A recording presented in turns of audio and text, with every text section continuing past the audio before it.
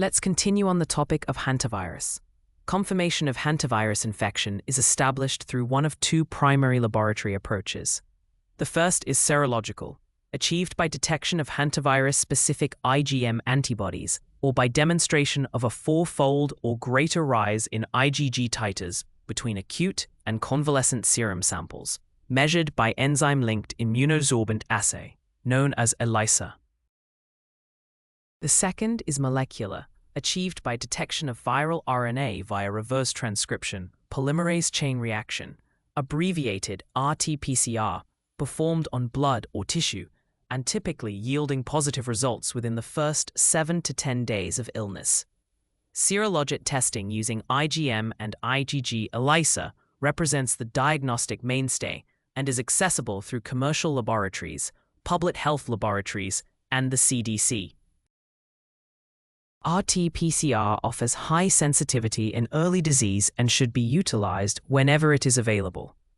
Immunohistochemical detection of hantaviral antigen in tissue is a separate modality reserved for fatal cases in which other specimen types cannot be obtained.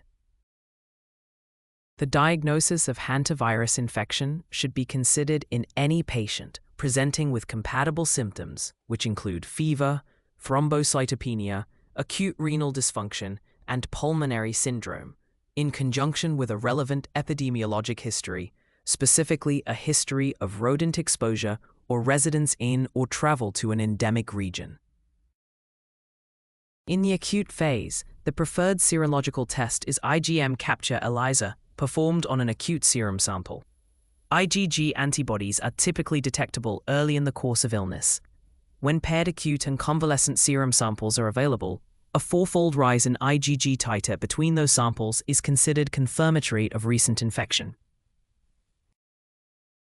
RT-PCR targets the nucleocapsid gene of hantavirus and is performed on blood or tissue specimens.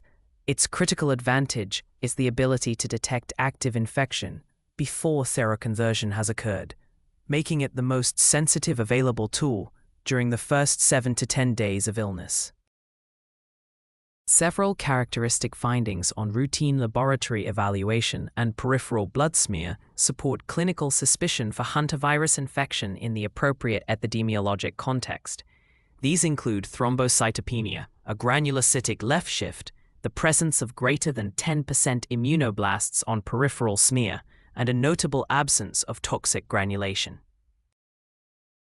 Additional supportive findings include proteinuria and hemoconcentration, reflecting the underlying pathophysiology of vascular leak. Immunohistochemical demonstration of hantaviral antigen in formalin-fixed tissue is a sensitive diagnostic technique.